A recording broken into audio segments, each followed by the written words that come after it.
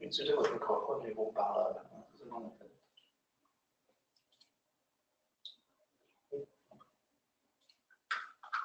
Oups.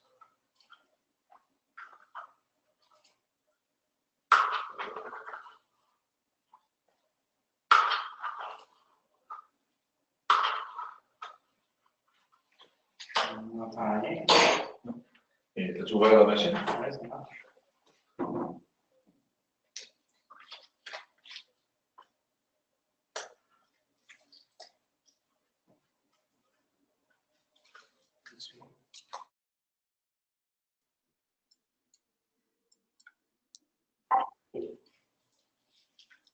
On entend parler que ça doit marcher. Ça, je pense que c'est pour commencer.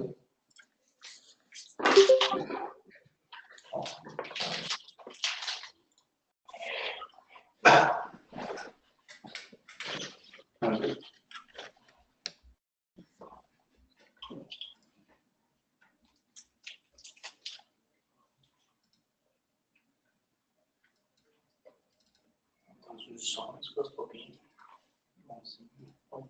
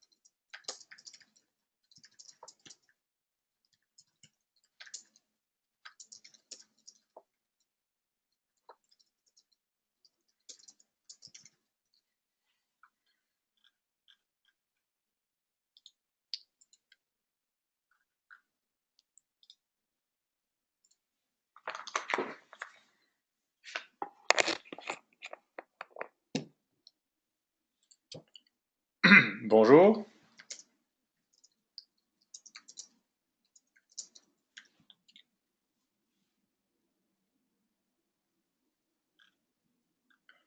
Excellent. Bon, excusez-moi, j'avais un petit problème de micro qui m'empêchait de bien démarrer. Je me vois muté, mais semble-t-il qu'on m'entend. Alors, bienvenue à tous. Ça faisait longtemps qu'on n'avait pas fait un webinaire. Je pense que le dernier était le mois dernier sur la tenue à jour dans G+. Aujourd'hui, on change un peu de sujet. On s'en va visiter V+. Alors, je vais commencer par faire une très brève introduction de V+. On sait que les webinaires le midi, ça passe très vite. Ce qui nous intéresse, c'est vraiment la complétion de formulaires en ligne et plus particulièrement le formulaire d'autodéclaration qu'on va visiter en détail, ainsi que les formulaires de collecte de données économiques, donc respectivement l'espace locatif et le formulaire de revenus et dépenses. Alors, pour ceux qui sont moins familiers avec notre plateforme V+, V+, c'est une plateforme d'interaction avec le citoyen qui a pour objectif de réunir tous les services d'une ville sur une même plateforme. Et donc, ici, j'ai un exemple à l'écran, si vous voyez mon écran, de une interface V+, donc où le citoyen peut venir consulter son rôle, remplir des formulaires de sa municipalité, consulter l'actualité de sa municipalité, avoir toutes sortes d'informations sur la réglementation, les événements, s'inscrire à des activités, participer à la vie active de sa ville, signaler des nids de poules, des graffitis, etc. Et au travers de tout ça, au travers de tous les services qu'on peut offrir à une ville en temps normal, ben, une grosse partie de la vie active du citoyen, ben, c'est la gestion de sa propriété. Et puis, comme on voit ici en haut, on a tout un menu qui est réservé à ça, puis on va l'explorer dans un instant. Et au travers de tout ça, ben, on peut envoyer des messages et des notifications aux citoyens. Alors ici, pour ma démonstration, je simule que je suis un citoyen de San Francisco et que ben, c'est mon vrai nom. Donc c'est Adam Ketani, le citoyen qui est connecté. Donc je suis déjà connecté sur mon interface de ville. Et la mise en situation qu'on va faire aujourd'hui, c'est qu'en tant que citoyen, en tant que propriétaire, ma ville veut m'envoyer un formulaire d'autodéclaration. Qu'est-ce que ça veut dire? Donc, le formulaire d'autodéclaration, c'est un peu l'équivalent d'un maintien d'inventaire de la propriété, c'est-à-dire qu'on demande aux citoyens de nous déclarer toutes les informations qu'il connaît sur sa propriété. Donc, c'est un petit peu notre fiche R01. Alors, on a fait beaucoup d'efforts dans ce formulaire-là pour le rendre, on va dire, lisible par un citoyen, comme vous allez le constater tout à l'heure. Et puis, je vous vends un peu la mèche.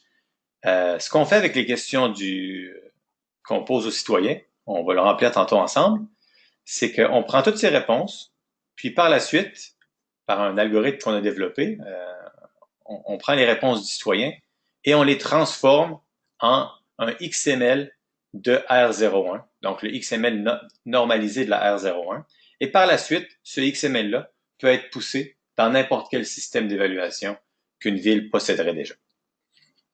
Alors, l'objectif de la plateforme, bien sûr, avec ces formulaires-là, c'est l'objectif zéro papier, c'est-à-dire qu'on envoie un formulaire au citoyen pour qu'il déclare les données de sa propriété, puis on prend ces données-là, puis on les insère directement dans le système sans que personne n'ait à faire de saisie. La première fois, par contre, qu'on contacte le citoyen, si on a son courriel, c'est parfait, on peut lui envoyer la demande par courriel. Sinon, ben, la première fois, on lui envoie une lettre. Alors ici, dans mon exemple, je simule que j'ai effectivement reçu une lettre où la ville me donne mon code de propriété pour que j'ai accès à mes informations de propriété. Donc, je vais cliquer sur ma propriété. Je ne l'ai pas encore ajouté ma propriété avant que vous soyez avec moi. Donc, ici, ce que je copie, c'est le code que j'aurais reçu dans mon courriel ou dans ma lettre. J'ajoute ma propriété. Automatiquement, je suis redirigé vers mon interface Ma propriété. Donc, je pourrais revenir vers l'accueil, c'est là où j'étais tantôt. Puis, à chaque fois que je vais me connecter en tant que propriétaire Adam Ketani, lorsque je vais dans ma propriété, j'ai accès à mes informations de propriété. Comme j'ai dit, la plateforme V+, c'est assez gros, ça englobe beaucoup de choses. Donc, je pourrais faire une demande de permis d'ici, je pourrais consulter mon rôle, je pourrais voir les ventes de mon quartier, je pourrais démarrer une demande de révision administrative. Mais ce qui nous intéresse aujourd'hui, c'est de remplir un formulaire. Donc, vous allez remarquer deux choses. De un, ici, dans ma petite notification, j'ai un petit 1 qui s'est mis. Donc, si je clique là-dessus, je vois que j'ai reçu une notification. En même temps que j'ai ajouté ma propriété, il y a une notification qui lui est liée. On me dit que j'ai un formulaire de mise à jour de caractéristiques physiques à remplir. Donc, si je clique là-dessus, ça va m'amener au formulaire. Et si je veux faire le tour, aller cliquer directement dans le formulaire. Ici, j'ai tous les formulaires que j'ai à faire sur ma propriété. Dans ce cas-ci, j'en ai un seul, qui est le formulaire d'autodéclaration. Je vais cliquer ici pour démarrer mon formulaire. Alors, vous voyez que le formulaire est divisé en plusieurs sections où le citoyen peut facilement naviguer. Donc, aujourd'hui, il remplit les cuisines, demain, il remplit le sous-sol. Si en plein milieu de ma saisie, parce que vous allez voir que c'est un formulaire qui est assez costaud, ça prend une quinzaine de minutes à remplir là, lorsqu'on est concentré.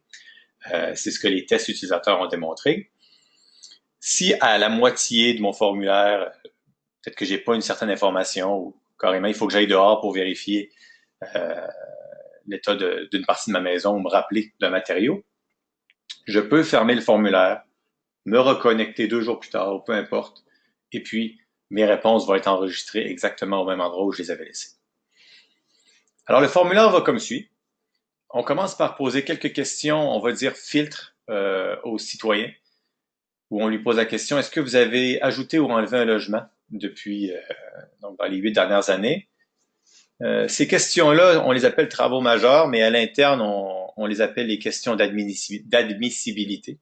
C'est-à-dire que si la personne nous dit oui à l'une de ces 2 questions-là, on va pas considérer l'entrée automatique des données dans le système par la suite, puisqu'on considère qu'une inspection s'impose.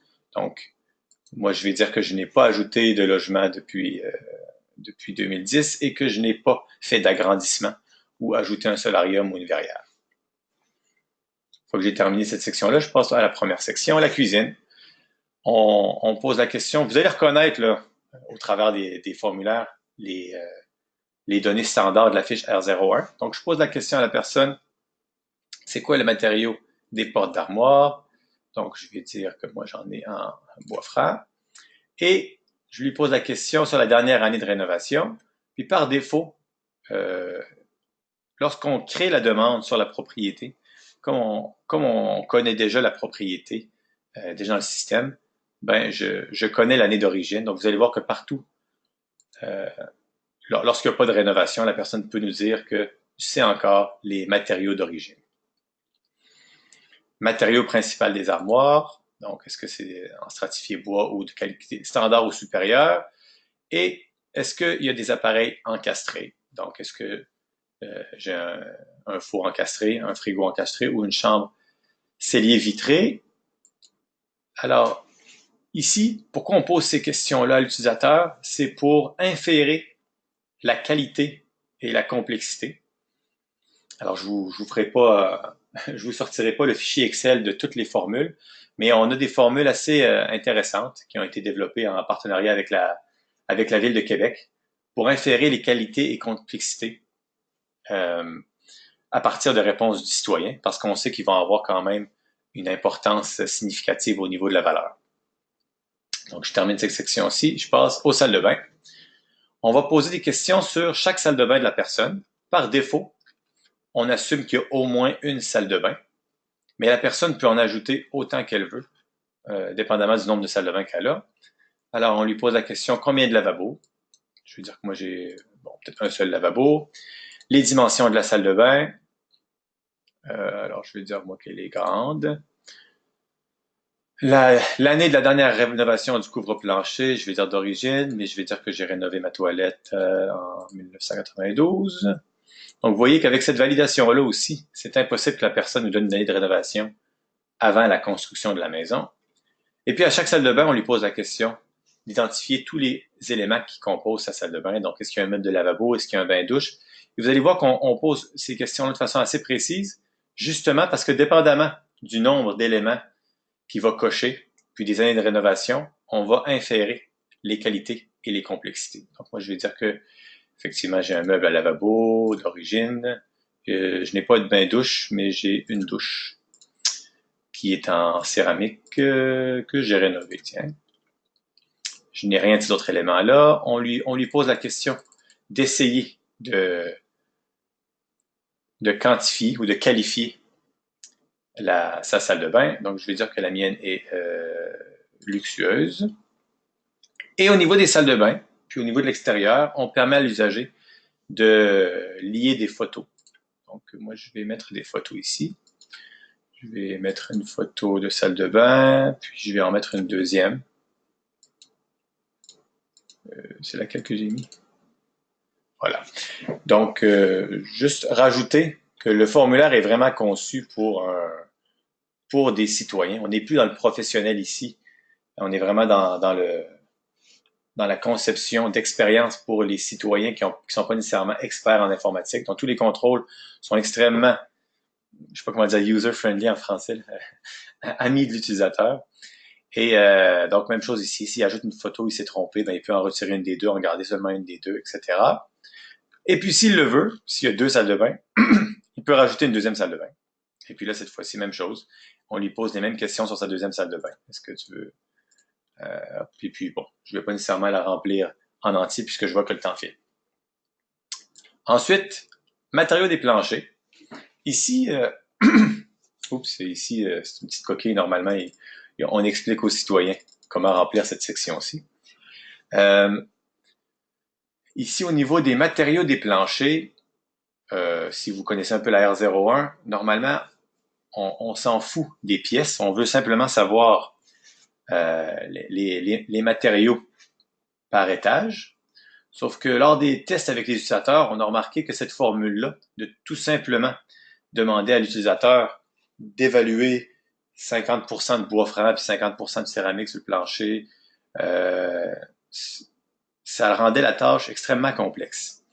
Donc, le compromis qu'on a fait, c'est qu'on lui permet de mettre des pièces et de nous signifier pour chaque pièce, il est sur quel étage, et bien sûr le matériau. Et à partir de là, nous, on a une formule qui permet de savoir approximativement. Donc, si la personne nous dit que sur un étage, elle a une cuisine, un salon, puis une salle de bain, ben on va savoir que la salle de bain, ben, c'est 15% de l'espace. La cuisine, c'est peut-être 40%, puis l'autre, 35%. Donc, on a des formules comme ça qui permettent, dépendamment des pièces que la personne va saisir, est-ce que c'est une chambre, est-ce que c'est une salle de bain, est-ce que c'est un salon, on est capable d'inférer le pourcentage de matériaux par étage, et c'est beaucoup plus facile pour l'utilisateur de nous donner cette information-là. Donc, par défaut, on lui met une cuisine puis une salle de bain qui sont non éditables, parce qu'on sait que on sait que finalement, s'il n'y a pas de cuisine et de salle de bain, ben, ce n'est pas considéré comme une résidence, donc le formulaire n'aurait pas lieu d'être à la base. Et on lui insère par défaut. Il peut les enlever s'il le veut, mais on considère que dans 95% des cas, il va y avoir un salon et une chambre, donc on lui pré-remplit un salon et une chambre. Alors, il peut nous spécifier pour chacune des pièces où est-ce qu'elle est dans la maison. Donc, ma cuisine au rez-de-chaussée, le matériau des planchers, je vais dire en parqueterie. Je vais dire que c'est d'origine. Je vais faire la même chose pour ma salle de bain. Donc, je vais simuler que j'ai un bungalow avec un seul étage ici. Céramique d'origine. Le salon va être au rez-de-chaussée aussi, en bois franc d'origine. La chambre aussi, je vais la mettre en tapis, tiens. On va dire que 1972, ça se peut qu'il y ait du tapis. Et puis, il peut s'ajouter, s'il y a une autre chambre, ben, il peut se rajouter une deuxième chambre et spécifier qu'elle est peut-être... peut-être qu'on va lui dire qu'il y a un deuxième étage et qu'il y a seulement une chambre au deuxième étage. Puis peut-être que justement, celle-ci a été rénovée, par exemple. Une fois qu'il a terminé ça, ben, il peut continuer à l'étape suivante. Les murs et les plafonds. Là, on lui pose toutes sortes de questions, encore une fois, pour inférer nos réponses de la R01. Avez-vous rénové les murs et plafonds au rez-de-chaussée, aux étages à l'attique depuis notre fameuse date de 2010? Je vais dire non. Avez-vous remplacé les portes intérieures? Si je dis oui, vous voyez que le formulaire est dynamique. On me dit on me pose la question. On me pose la question l'année de la dernière rénovation de ça ici, proportion de la superficie totale par rapport aux portes intérieures. J'ai l'impression que c'est une erreur. C'est une question qui devrait être ici. Bon, je vais la laisser vide. Et puis, la chose intéressante que je voulais vous montrer ici, peut-être pour que ça soit plus réaliste, je vais tout simplement y aller pour avoir rénové mes murs et mes plafonds. Donc, je dis oui.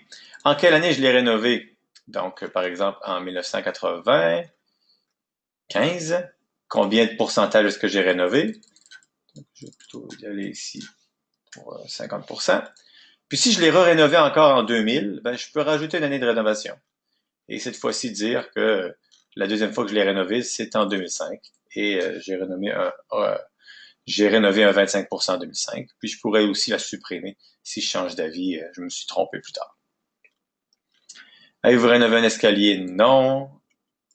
Alors ici, on essaie d'inférer un peu la qualité et complexité en lui posant des questions sur les caractéristiques de ses portes intérieures. Donc, uni, le raffinement de l'ornement intérieur, je veux dire, qu'ils sont extraordinaires. Qui caractérise le mieux la complexité des escaliers intérieurs? Je veux dire luxueux. On va dire que c'est une belle maison. Et continue. Ensuite, une fois que j'ai rempli le mur et plafond, des questions sur le sous-sol. Matériaux de revêtement des murs, je vais dire autre, parce qu'on peut toujours laisser le choix à la personne de dire autre. Matériaux de revêtement des plafonds, je vais dire un contreplaqué fini. Puis finalement, la proportion du sous-sol qui est aménagé, ben, je vais dire 50%. Continuez. Chauffage, climatisation, électricité. Je vais dire ici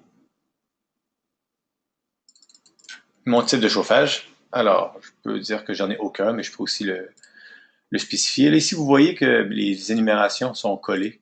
C'est juste une erreur liée à mon environnement de démonstration, là. Normalement, il y a des espaces. La distribution, alors, par radiateur, et l'année de la dernière rénovation. Origine, ça n'a pas été rénové. Même chose pour mon type de climatisation. Nombre de sorties intérieures. Donc, vous reconnaissez quand même les questions de la R01, juste un peu masquées puis un peu mieux expliquées pour les citoyens. Est-ce que j'ai un foyer? Oui, je vais en ajouter un pour le montrer. Donc, j'ai un foyer, je vais dire électrique, à 4 faces. Le nombre de poêles à bois à granules, je pourrais dire 0. Avez-vous des conduits installés à l'intérieur des murs pour l'utilisation d'un aspirateur central? Non. Continuez. Matériaux des fondations. Vous voyez aussi qu'on a des tuteurs de validation en passant qui empêchent l'utilisateur de faire des erreurs. Dans le cas de ma démonstration, je les ai désactivés, les validations, pour être capable de poursuivre mon formulaire puis de faire ce qui se ferait normalement en 15-20 minutes, en 5 minutes. Mais normalement, on empêche l'utilisateur de continuer, puis même on lui indique chaque section, si elle est valide ou invalide. Donc, matériaux des fondations, je vais dire que c'est des piliers de métal. Le toit, est-ce qu'un revêtement de toit? Oui, en cuivre. La rénovation origine. Nombre de versants? 2. Avez-vous des conduits installés à l'intérieur des murs pour l'utilisation d'un aspirateur central? Non. Donc, je passe un peu rapidement sur ces questions. Je vois comme vous voyez, tout simplement, c'est les questions de la fiche R01. Donc, on veut connaître sur les portes et fenêtres extérieures. Chose intéressante, on a certains contrôles qui nous permettent de donner des indicateurs à l'utilisateur. Donc, lui faire sélectionner une image qui lui correspond le mieux à sa porte de façade. Donc, pour inférer les qualités et les complexités. L'image correspond le mieux à vos fenêtres, celle-ci. Tout ça est paramétrable par ville ou par organisation, les photos que vous décidez de montrer à vos usagers ici. Les dépendances et améliorations. Donc, on lui montre tout ce qui est possible, puis lui, l'utilisateur, il nous indique qu'est-ce qu'il possède. Donc, est-ce qu'il y a un abri d'auto? Oui. Bon, j'en sélectionne un qui est dynamique. Donc, par exemple, est-ce qu'il a le spa, non, un spa nature, le hangar. OK, bon. Donc, ici, la verrière 3 saisons. Comme ça, je peux lui poser la question. L'année de construction de la verrière. Donc, c'est ça. Juste pour vous montrer que des fois, c'est juste oui, mais d'autres fois, on lui pose des questions en lien avec la dépendance en question. Matériaux couvrant la surface du stationnement pour l'extérieur. Le nombre de places disponibles pour, donc finalement, le nombre de places de stationnement. Et finalement, l'attestation. Donc, on veut savoir qui nous a rempli ça. Bon, je vais utiliser l'option de Google Chrome pour le remplir. Au numéro de poste, j'en ai pas. Et finalement, l'utilisateur peut aussi visualiser son rapport de déclaration, qui est finalement un résumé de tout ce qu'il a rempli. Et il doit cocher ici pour qu'on accepte ses réponses. Donc, on lui fait là un petit résumé légal pour s'assurer que ses réponses soient valides. Et il fait envoyer. Donc, nous vous remercions. Un petit message de sa ville. Il peut retourner à l'accueil.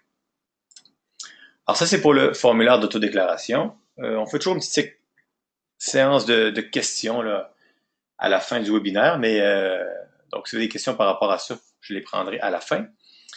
Pour les 15 minutes qui restent, je vais vous présenter rapidement Donc, de la même manière qu'on a reçu notre demande de formulaire dans ma propriété, ici, ben, je pourrais aussi recevoir des notifications. Si j'étais un propriétaire d'immeuble à logement, résidentiel ou non résidentiel, je pourrais recevoir les deux formulaires suivants. Donc, soit, ou des fois les deux en même temps, un formulaire de revenus et dépenses ou un formulaire d'espace locatif. Donc, je vais commencer par le formulaire d'espace locatif. Ici, ce qu'on fait, c'est qu'on demande à l'utilisateur de remplir l'information sur chacun de ces espaces locatifs, au choix de l'organisation aussi, étant donné qu'on se base sur des XML qui sont normés. On peut aussi envoyer aux citoyens propriétaires d'espaces locatifs cette grille-là déjà pré-remplie, si on veut pas qu'il la remplisse en entier lui-même. On sait que des fois, si ça peut être un immeuble avec 100 logements, ça peut être fastidieux. Mais on peut aussi décider de lui envoyer vite puis de l'obliger à la déclarer en entier. Alors, on a une grille ici des espaces locatifs résidentiels. Il peut remplir en même temps le résidentiel et le non résidentiel. Vous allez voir dans la seconde grille. Il peut aussi la laisser vide s'il n'y a pas de résidentiel, seulement du non résidentiel et vice-versa. Donc, ici, j'ajoute un espace locatif. Il y a une ligne qui s'est ajoutée.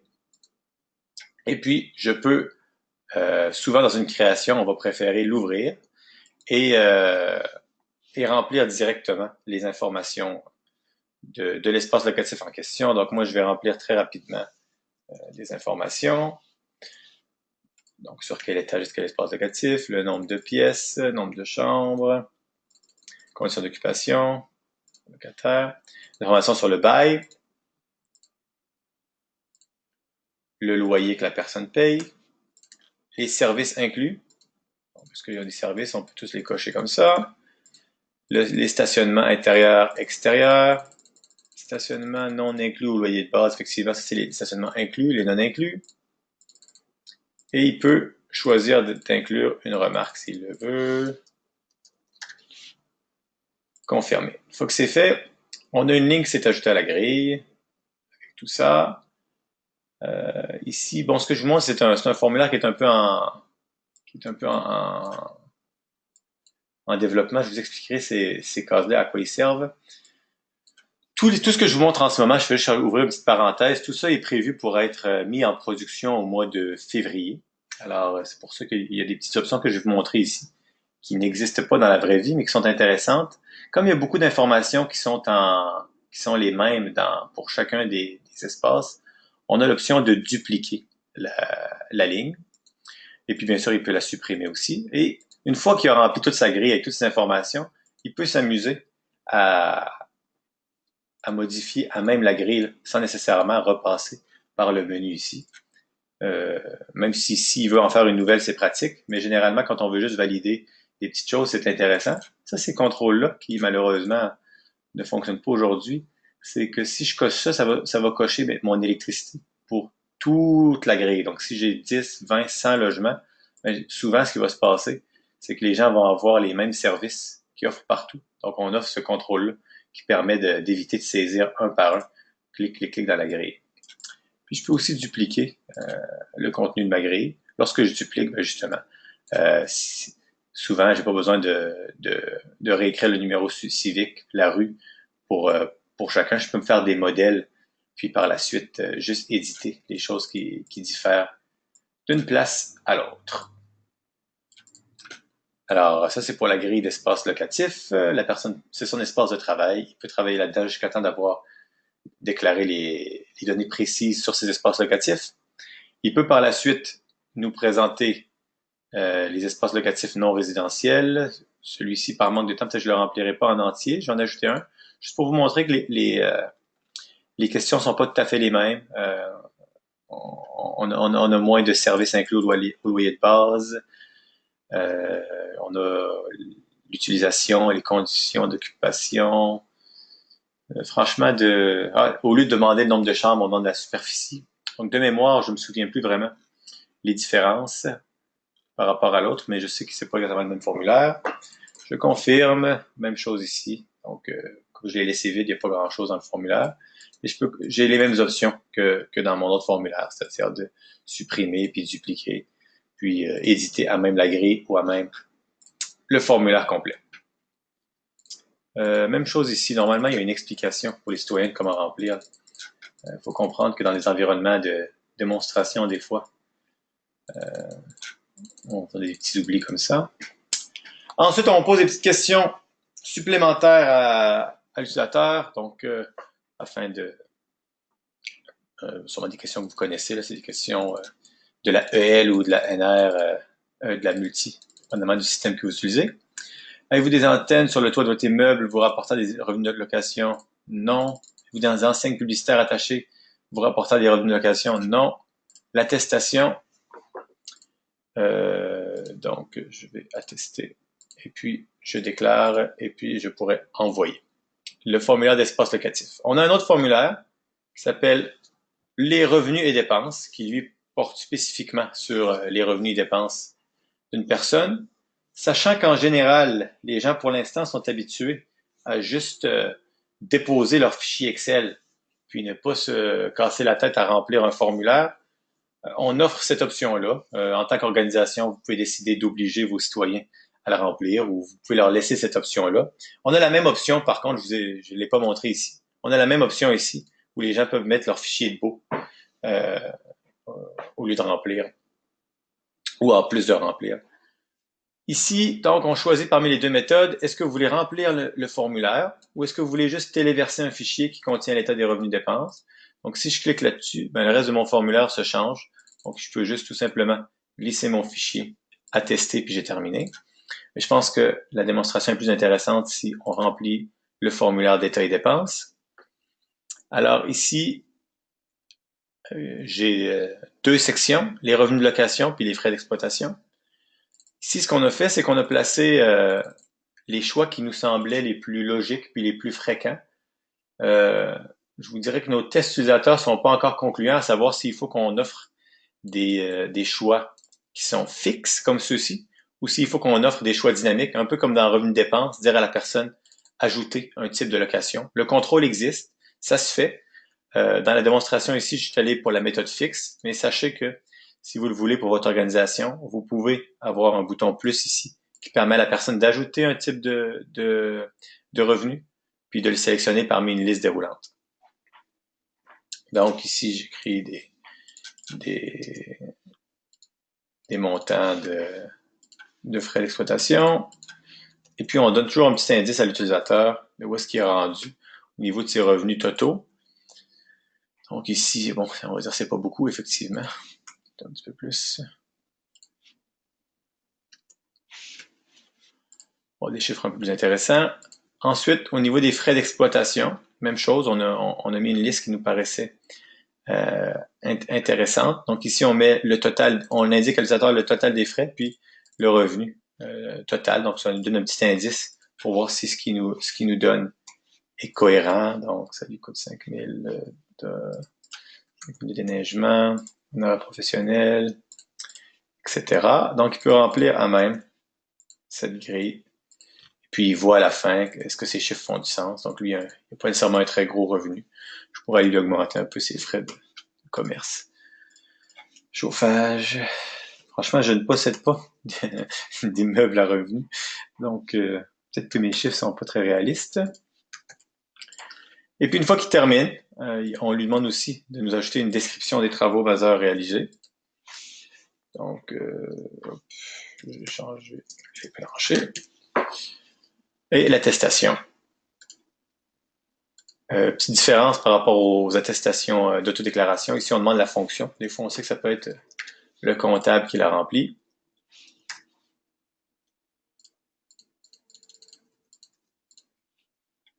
Voilà. Et envoyer. Alors, ça fait le tour de le dossier de propriété dans V+, avec les formulaires qu'on peut envoyer directement au propriétaire. Ce qu'on a vu donc, l'autodéclaration, pour mettre à jour la R01, et les espaces locatifs et le formulaire de revenus et dépenses. Alors, si vous avez des questions, je vais les prendre. Juste à écrire dans le chat que vous avez une question. Donc, vous pouvez soit écrire la question dans le chat, je vais la lire puis y répondre, ou vous pouvez carrément me demander la parole, je vais vous enlever le mute puis vous permettre de la poser à voix haute.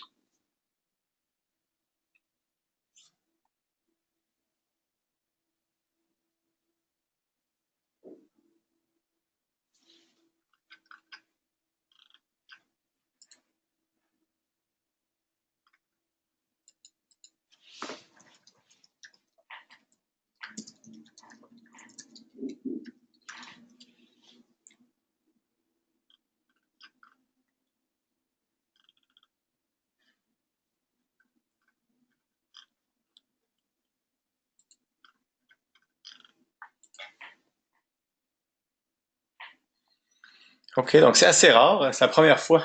Ah, OK, j'ai une première question. Je commence à être inquiet. Est-ce que vous m'entendiez? Alors, j'ai une question ici qui est la suivante. L'étape suivante est de récupérer l'information. L'étape suivante de récupérer l'information est-elle développée? Alors, si vous utilisez G+, oui, l'étape suivante de récupérer l'information est développée. Si vous n'utilisez pas G+, l'étape suivante de récupérer l'information, euh, elle dépend d'une seule chose en fait. Est-ce que votre système de, est-ce que votre système informatique permet d'importer la fiche R01 ou les autres fiches normalisées? Si la réponse est oui, ben alors vous pouvez utiliser ce formulaire-là sur place sans question. Et normalement, un système de gestion de l'évaluation se doit, selon les normes du ministère, d'être capable de produire et d'importer une fiche R01. Et D'ailleurs, puis, j'imagine, Adam, la même chose pour la fiche des espaces locatifs. exact, c'est la même chose. Ce que je voulais rajouter, c'est que d'ailleurs ici, dans le cadre des projets qu'on débute puis qu'on veut mettre en production, le choix de l'organisation, c'est de démarrer le formulaire d'autodéclaration vide. Mais il n'y a rien qui empêche aussi de démarrer le formulaire d'autodéclaration pré-rempli, où le citoyen valide les données qu'on a dans le système, puisque lorsqu'on démarre l'autodéclaration pour le citoyen, on peut aussi s'abreuver du XML de R01 du système d'évaluation que la ville utilise. Alors c'est ça la grande beauté malgré tous les mots que la modernisation a pu amener, la grande beauté, c'est tous ces formulaires-là, tous ces fichiers-là tous ces extraits qui sont normalisés, euh, nous font débuter un nouvel ère de facilitation de transfert d'informations d'une plateforme à l'autre, alors que ce soit d'une plateforme pour le citoyen ou d'une plateforme pour le professionnel. Alors, je vais rester jusqu'à midi, jusqu'à 1 heure s'il y a des questions pour répondre. Sinon, je vois que j'ai pas d'autres questions. Alors, je vous remercie beaucoup d'avoir participé à notre formule webinaire. Encore une fois, je suis toujours surpris du nombre de participants. Alors, c'est un honneur pour moi de vous recevoir sur notre plateforme. Puis on se revoit au prochain webinaire. Merci.